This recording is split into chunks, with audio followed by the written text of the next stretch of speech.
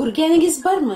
Җәй көне кайберәүләрнең ишек алдына яки дачасына килеп керсәң, шак катарлык, матур итеп сукмаклар салынган, капка, коймалар, кое, мунча, гараж, беседка, барысы пөхтә итеп эшләнгән, соклангыч гүзәл чәчәкләр белән бизәлгән. Түтәлләрдә дә күз явын алырлык матур гөл чәчәкләр үсә. Әлбәттә, мондай йорт җирне, бакча ихаталарны шушындай ямгә күмү өчен көч тырышлык, акча, вакыт аз китмәгәндер. Бөтен йөрәгеңне, күңел җылыңны, хыялларыңны, дәртеңне биреп эшләсәң генә, кешеләр сокланырлык йорт-бакчалар булдыру, аларны карау мөмкин. Нигә? Начармыни шулай итеп дөнья көтү? Әллә бу гөнаһмы? Матур йорт-бакчалар төзү, аларны бизәү, карау яхшы эш. Алла сүзе дә ялкау булмаска, эшләреңне иренеп эшләмәскә, тырыш булырга куша. Дөньяда яшәгән барча кешеләр арасында иң зирәге, иң бае булган Сөләйман патша да бик зур эшләр башкарган, матур сарайлар салдырган, гүзәл бакчаларда һәр төрле җимеш агачлары һәм куаклыклар үстергән, вак һәм ире терлек көтүләре асраган. Барлык эшләгән эшләренә аның йөрәге куана белгән. Ләкин менә нинди нәтиҗәгә килгән ул. Менә мин кулларым башкарган барлык шул эшләремә, көч куеп ирешкән хезмәтләремә борылып карадым да күрдем. Аларның бөтенесе бушка җилку, фәкать дөнья мәшәкате генә булган икән. Кояш астында алардан бер нинди дә файда юк икән.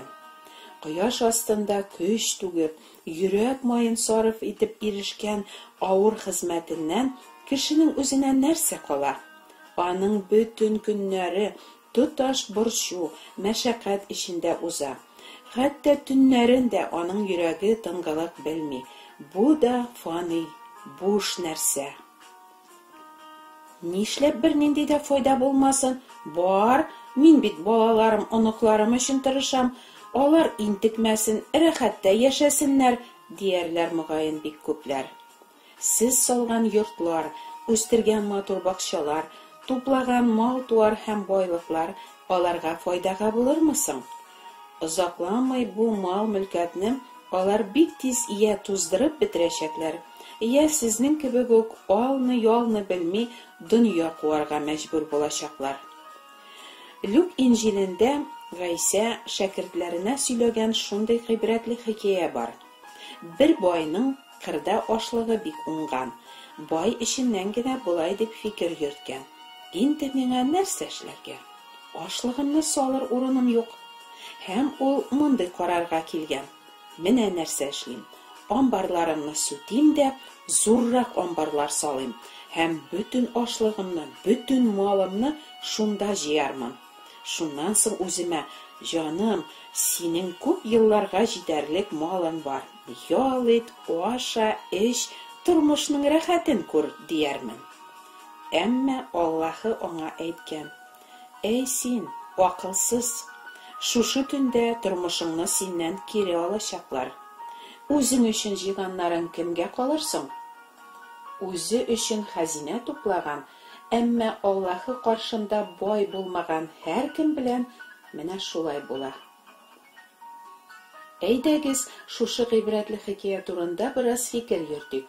Кемдер бәлки күп мал туплый алган икән, әйдә, үз көче кулларының рәхәтен күрсен, үзе күрә алмый үлеп китә икән, бар җыйган мал-мөлкәтен балаларына, оныкларына калдырыр дип әйтер. Әйе, гадәттә кешеләр шулай фикер йөртәләр. Һәм әлбәттә, балаларыңа, оныкларыңа да мирас калдыру дөрес. Ләкин әлеге хикәяне сөйләр алдыннан Гайса шәкертләренең игътибарын менә нәрсәгә юнәлтә. Карагыз, һәр төрле комсызлыктан сакланыгыз. Чөнки кеше ничек кенә бай булса да, аның тормышы мал-мөлкәтенә бәйле түгел, ди. Нәрсә ул комсызлык? Комсызлык ул дөнья кирәге турында артыгын кайгырту, нәфескә бирелү. Булсын, булсын дия, үзең һәм балаларың өчен әйбер, мал, ризык туплау. Беркемнең дә әлбәттә үзен комсыз дип ататасы килмәс. Ләкин дөнья куу ул нәкъ комсызлык була да инде. Үзем өчен кирәкми миңа, балаларым өчен тырышам, диләр күпләр. Әйе, балаларың өчен тырышу бер яктан караганда бик яхшы максат кебек. Ләкин балаларым дип яшәүчеләр гадәттә инде аларны пот иткәннәр. Балалары аларның йөрәк түрендә. Балалары аларның бөтен шатлыгы, балаларына алар үзләрен багышлаганнар. Алла сүзе шуны әйтә. Кем синең йөрәгең түрендә беренче урынны алып тора? Кем синең өчен бөтен тормышыңның яме, мәгънәсе? Кемнән башка яшәүне күз алдына да китерә алмыйсың? Кемгә тормышыңны, уйларыңны, көчеңне, вакытыңны багышлыйсың? Шул синең потың. Ягъни син табынган ялган Аллаң. Путка табынучылар чын хакыйкый Аллага да табына алмыйлар. Нигә бу байны Аллаһы акылсыз дип атыйсың? Алла сүзе зәгыйф акыллы, башы чирле кешене түгел, Аллаһыдан акыл зирәклек алып, дөрес акыл белән фикер йөртмәүчене акылсыз, ахмак дип атый. Бу байның да барча дөньяви кешеләрнеке кебек үк фикерләү рәвеше дөрес түгел. Аның акылсызлыгы фикерләү рәвеше дөрес булмауда. Чөнки аның бөтен максаты хыялы күбрәк мал-мөлкәт туплау һәм шушы җирдә озын-озак җан рәхәтендә гомер кичерү.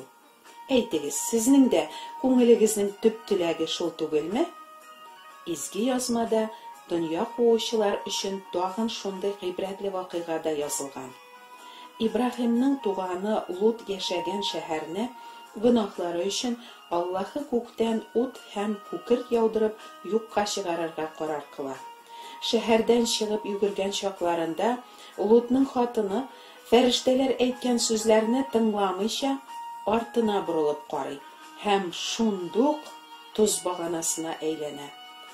Гомер буе көч түгеп, матур йорт хуҗалык булдыргач кына аның утка очуы Лут хатыны өчен әлбәттә көтелмәгән һәм коточкыч хәл булган. Хәзинәгез кайда булса, йөрәгегез дә шунда була ди бит Алла сүзе. Димәк, Лут хатынының йөрәге йорты хуҗалыгына бик береккән булган. Тәне белән шәһәрдән чыгып барса да, йөрәге үзе көткән дөньясында калган. Шулай ук бу гыйбрәтле хикәя үлем сәгатенең бик якын булуы турында безгә уйланырга, аңа әзерләнергә куша. Ләкин кеше үлем турындагы уйлардан кача, үзен җиргә мәңгегә килгән кебек тота. Алла сүзе безгә менә нәрсә ди. Барыннан да бигрәк Аллаһы патшалыгын һәм ул кушканнарны ничек тормышка ашырырга икәнен эзләгез. Тормышыгыз өчен тукланырга, тәнегез өчен кияргә кирәкле һәммә нәрсә сезгә бирелер ди. Аллаһы патшалыгын табу, менә кайда ул чын һәм бер кайчанда юкка чыкмый торган хәзинә. Үзе һәм балалары өчен байлык мал туплаучы түгел, йөрәгенә Аллаһы патшалыгы кереп урнашкан кеше. Менә кем ул? Аллаһы каршында яраулы һәм чыннан да бай булучы. Кеше дөньяда теләгән иң зур бәхет ял ит, аша, эш, тормышның рәхәтен күр. Кешелек табигаты буенча һәркем шулай фикер йөртә. Бу гамәлләрдә бернинди гөнаһ юк дип уйлый кешеләр. Тән һәм җаннарының теләкләрен канәгатьләндерү өчен генә җирдәге бу тормыштан рәхәтлек, бәхет табарга тырышып кына яшәүче кешеләр Аллаһы патшалыгын мирас итеп алмаячаклар ди изге язма. Хәтта кеше Алланы еш исендә тотып, ниндидер дини гамәлләр башкарып, изге эшләр һәм күп саваплар җыярга тырышып яшәсә дә, кешелек табигаты буенча фикер йөрткән кеше Аллаһыга дошман.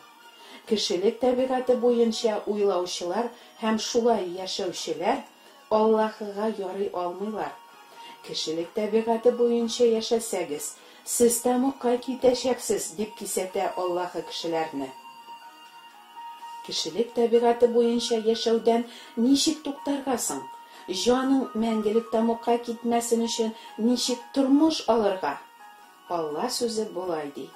Әгәр Гайсәне үледән терелткән Аллаһының рухы сездә яши икән, ул чакта Мәсихне үледән терелткән Аллаһы сездә яшәүче рухы белән фани тәнегезгә дә тормыш бирәчәк. Димәк, кешелек табигаты буенча яшәүдән туктау өчен Аллаһы рухын кабул итәргә кирәк. Ничек итеп кабул итәргә? Аллаһы Гайса Мәсихне гөнаһлардан коткаручы корбан бәрәне итеп җибәргәненә һәм Гайса аша Аллаһы мәңгелек тормыш бирәчәгенә ышанып. Кадерле милләттәшләрем, дөнья кирәге турында гына кайгыртып, бөтен йөрәгегез белән дөньяга беркеп, дөнья куып яшәүдән туктагыз. Янып бетәчәк бу дөнья һәм андагы кызыктыргыч нәрсәләр хакына кадерле җаныгызны тәмугка дучар итмәгез. Соң булганчы тәүбә итегез. Иманны барлыкка китерүче Гайсәдән гөнаһларыгызның кичерүен сорагыз. Үзенә ихлас ялварып, гөнаһларыннан борылучы һәркемгә ул мәңгелек тормыш бирә. Аллаһының мәрхәмәт бүләге сезгә һәм якыннарыгызга да насыйп булсын иде. Амин.